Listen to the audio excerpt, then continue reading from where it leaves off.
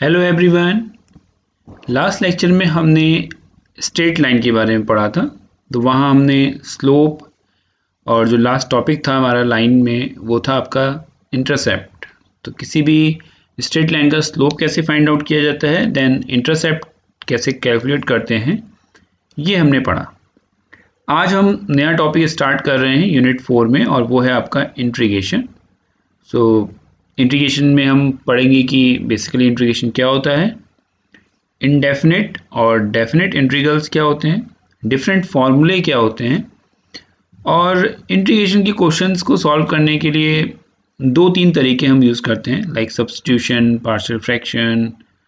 सो ये सब क्या हैं और उनके कुछ एग्जांपल्स हम पढ़ेंगे। ओके, तो सबसे पहले हम ये समझते हैं कि इंटीग्रेशन क्या है। So integration is simply the inverse of differentiation. Okay, so आपने अगर डिफरेंशिएशन अच्छी तरीके से समझ लिया तो आपको इंटीग्रेशन का बेसिक कॉन्सेप्ट समझ में आ जाएगा। तो डिफरेंशिएट मतलब कि आप उनको अलग अलग कर रहे हैं, इंटीग्रेट का मतलब कि आप उन्हें आपस में जोड़ रहे हैं। तो जैसा कि आप इस फिगर से देख सकते हैं, तो ये कोई एक फंक्शन है एक्स एक्सिस, वाई एक्सिस, और ये कुछ वेरी कर रहा है इस तरीके से। Okay, so from point A to point B आपको इसका एरिया अगर कैलकुलेट करना है या फिर आप इसका एरिया कैलकुलेट कर रहे हैं, तो that is basically the integration. Okay, so you are basically multiplying the F X, जो कि आपका एक फंक्शन है y, with the D X, मतलब कि x में जो चेंज हो रहा है आपका b माइनस ए। तो इस पॉइंट्स को मीन्स आपने जो y एक्सिस के पॉइंट्स हैं और जो आपके x एक्सिस के पॉइंट्स हैं उनको आपस में आपने मल्टीप्लाई के लिए कहाँ से कहाँ तक मल्टीप्लाई किया। अगर आप a टू b की रेंज देख रहे हैं, तो सपोज ये a है, ये b है, और आप इसको इंटीग्रेट कर रहे हैं, तो ये बेसिकली जो एरिया आएगा आपका दैट इज इंटीग्रेशन। और देन आंसर क्या आएगा सॉल्व करने के बाद, आप लिमिट रखेंगे maximum that is b, so F B minus F A that is lower limit, F A is your lower limit. Okay, तो ये बेसिक आइडिया है आपका इंटीग्रेशन का कि किन्हीं दो पॉइंट्स के बीच। तो देखिए ये कैसा इंटीग्रल होगा, ये होगा डेफिनेट इंटीग्रल। तो अभी हम आगे पढ़ेंगे डेफिनेट इंटीग्रल क्या होता है। और अगर हम कोई रेंज नहीं ले रहे हैं, अगर हमने कोई रेंज कंसीडर नहीं की है, सिंपल हम यहाँ पे इसे इस तरीके से इंटीग्रेट कर रहे हैं। अगर हम कह रहे हैं कि simple integration okay of F x D x, so this is indefinite integral। Okay, तो देखिए क्या है कि सपोज आपने जब इंटीग्रेशन पढ़ा, सॉरी डिफरेंशिएशन पढ़ा, तो आपने क्या किया, कोई फंक्शन है आपका एफ एक्स, जब आपने उसको डिफरेंशिएट किया with respect to X, means simple अगर मैं एग्जांपल लूँ एक्स स्क्वायर, कोई फंक्शन था, आपने जब उसको डिफरेंशिएट किया विद रिस्पेक्ट टू एक्स, तो आपका आंसर क्या आएगा, आपका आंसर आएगा 2x। तो ये आपका डिफरेंशिएशन है। ओके, देन इंटीग्रेशन क्या कहता है कि अगर आप किसी फंक्शन कैपिटल एफ एक्स को डिफरेंशिएट कर रहे हैं एक्स के रेस्पेक्ट में, तो आपको आंसर मिलेगा small F X. And then इस आंसर को अगर आप इंटीग्रेट करेंगे डी एक्स के रेस्पेक्ट में, मीन्स तो मेरा स्मॉल एक्स क्या हो गया, स्मॉल एफ एक्स 2x हो गया, और कैपिटल एफ एक्स क्या था आपका एक्स स्क्वायर। तो जब आपने इसको डिफरेंशिएट किया तो आपको आंसर ये मिला, और जब आप इसको इंटीग्रेट करेंगे स्मॉल एफ एक्स इसके रेस्पेक्ट में डी एक्स के रेस्पेक्ट में, तो आपको वापस आंसर जो मिलेगा वो मिलेगा एफ एक्स प्लस सी। तो देखिए अगर मैं 2x को इंटीग्रेट करूं, ओके, सो अभी हमें मालूम नहीं है कि 2x को इंटीग्रेट कैसे किया जाता है, बट मैं आपको जस्ट एक एग्जांपल दे रहा हूं। तो अगर मैं x को इंटीग्रेट करूंगा तो उसका आंसर आएगा एक्स स्क्वायर बाय 2। तो 2 से 2 कैंसिल हो गया आपका, इंटीग्रेट कर दिया आपने, प्लस c। ओके, तो ये जो आपका आंसर आया that is X square plus C. तो ये क्या है आपका F X, capital F X. अब यहाँ पे जो सी जो टर्म है, तो ये एक कांस्टेंट टर्म है जो आपको वैल्यू बताएगा। जब आप एक्स की कोई वैल्यू रखेंगे तो उस टाइम पे फंक्शन की कुछ वैल्यू होगी, तब आपके सी की क्या वैल्यू कैलकुलेट होके आएगी। ओके, तो ये सब हम करके देखेंगे, अभी हम करेंगे। मैं जस्ट आपको एक एग्जांपल दे रहा था कि जब आप एक्स स्क्वायर को डिफरेंशिएट करेंगे तो 2x आएगा, और 2x को वापस आप जब इंटीग्रेट करेंगे तो वो अगेन एक्स स्क्वायर आ जाएगा। Clear? So such type of integrations, और आप कह सकते हो कि इंटीग्रेशन के दो टाइप हैं, इंडेफिनिट एंड डेफिनिट। तो देखिए यहाँ पे कोई भी लिमिट नहीं है इंटीग्रेशन में, तो ये किस तरीके का इंटीग्रेशन होगा, इंडेफिनिट। तो आपसे कोई पूछता है कि कैसा है, डेफिनिट इंटीग्रल है या इंडेफिनिट इंटीग्रल है, तो आप देख के बता सकते हो कि सर इसमें लिमिट्स नहीं है या मैम इसमें लिमिट्स नहीं है, इसलिए ये आपका इंडेफिनिट इंटीग्रल है। ओके, तो देखिए फॉर एग्जांपल एफ एक्स अगर कोई फंक्शन है आपका एक्स क्यूब, देन डेरिवेटिव क्या होगा इसका 3x स्क्वायर, और अगेन जब आप 3x स्क्वायर को इंटीग्रेट करेंगे तो आपका आंसर क्या आ जाएगा, एक्स क्यूब। क्लियर, जो मैंने आपको यहाँ पर सिंपल अभी बताया। चलिए ओके, तो अब ये मुझे लगता है कि आपको एक बेसिक आइडिया समझ में आ गया होगा इंटीग्रेशन का क्या है, कि तो हमें सिंपल क्या करना है, इंटीग्रेशन के फॉर्मूला यूज करने हैं, फॉर्मूला हम यूज करेंगे और हम आंसर को कैलकुलेट करेंगे।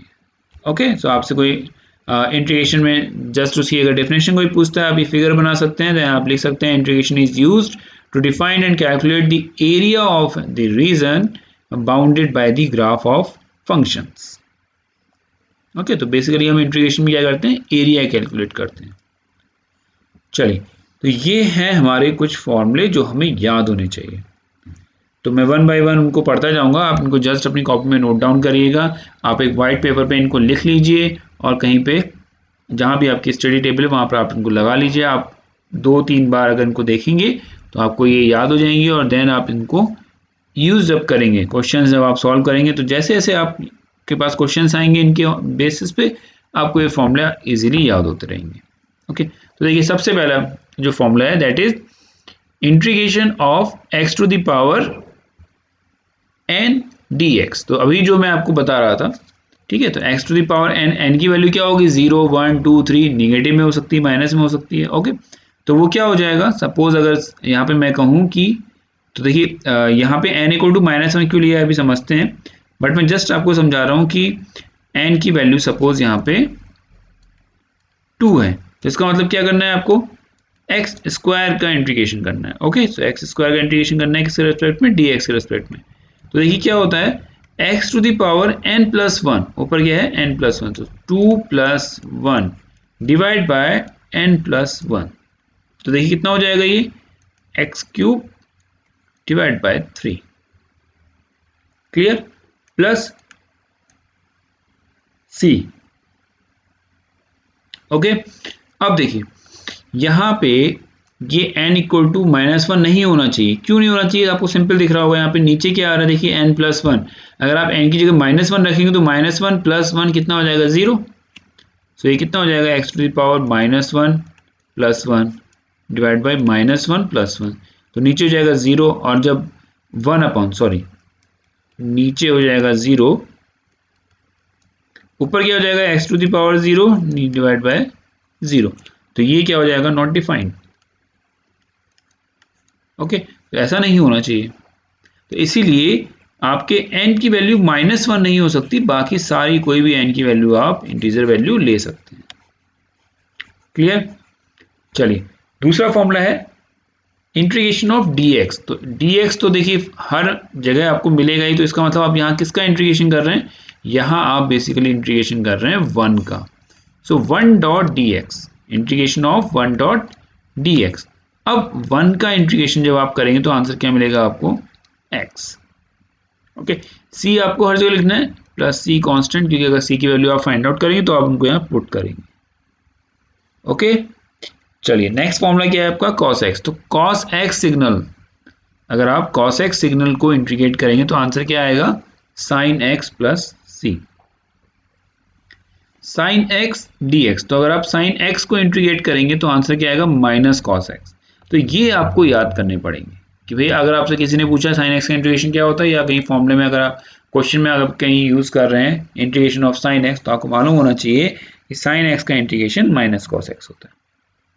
Clear, then next sec square x dx। तो sec स्क्वायर x का इंटीग्रेशन क्या होगा आपका, 10x। Okay, cos x square x dx, मतलब अगर आप cos x स्क्वायर x का इंटीग्रेशन कर रहे हैं तो वो कितना होगा आपका, -cot x। Okay, -cot x plus c।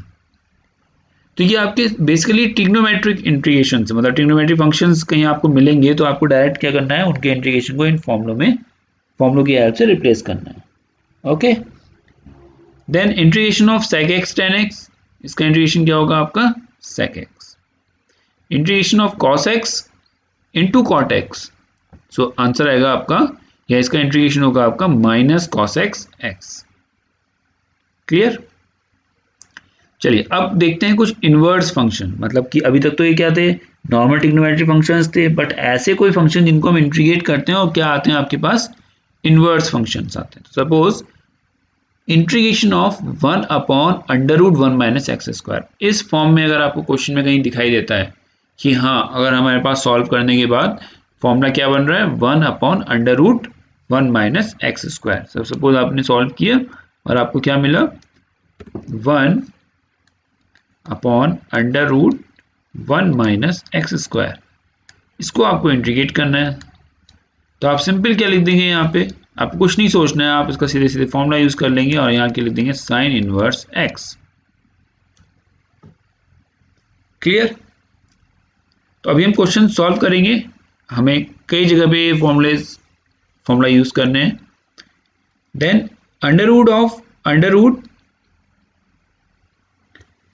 1 upon under root 1 minus X square, आप इसी फॉर्मूले को 1 upon under root 1 minus X square को साइन इनवर्स एक्स की फॉर्म में भी लिख सकते हैं और माइनस कॉस इनवर्स एक्स की फॉर्म में भी लिख सकते हैं। ओके, देन dx अपॉन, मतलब integration of 1 upon 1 plus X square, so 1 upon 1 plus X square का इंटीग्रेशन होगा आपका tan इनवर्स एक्स, और वहीं आप इसको 1 अपॉन 1 प्लस एक्स स्क्वायर को इंटीग्रेट जब करेंगे तो आप इसको माइनस कॉट इनवर्स एक्स भी लिख सकते हैं।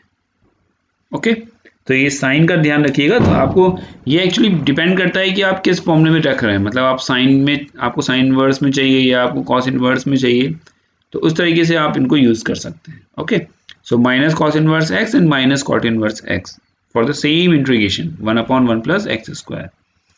Okay, 1 upon X into under root X square minus 1।